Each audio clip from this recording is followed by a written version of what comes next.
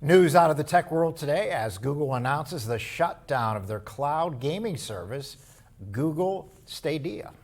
The service worked similar to Netflix, but for video games, streaming the game to any screen with an internet connection. But after just over 3 years on the market, Google shut the project down. And our Tom Kowalski spoke with a local game publisher, Whitethorn Games, about what this means. Tom, how many games will be affected by this shutdown? Well, Mike and Emily, with Google Stadia shutting down, nearly 300 games are now inaccessible to system owners, including 3 games from Erie-based game developer and publisher Whitethorn Games.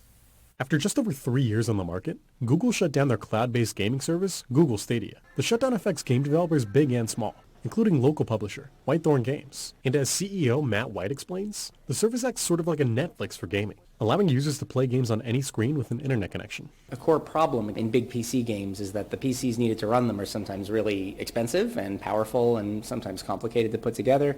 So the idea that you could play something really high fidelity, like an Elden Ring or whatever, with a single button press on any device, like from smart fridge to gaming PC, is kind of a nice one, right? It means games are more accessible and so forth. White says the Stadia shutdown came as a surprise and put a stop to titles already in development. Yeah, we had Calico, one of our best-selling titles on Stadia, and we were about to bring another one of our titles to Stadia as well, and we got the notice literally while developing, like most folks. So, yeah, I mean, it's not great. We had projected revenue off the platform that we now don't have. So why does White think Stadia failed? Stadia is one of those products that is an admirable first strike at a market that probably wasn't super ready for it just yet. You could say the same thing about Google Glass, other products like that. And White says despite the shutdown, he's not too concerned about the future of the company. We're always moving here.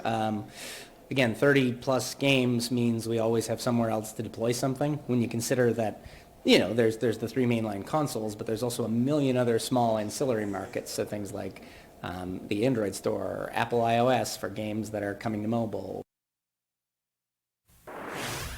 Now, Google initially announced the shutdown of its Stadia service back in September and has since then issued refunds for all hardware and software sold via the Google and Stadia stores. Live from the studio, Tom Kowalski, Erie News Now.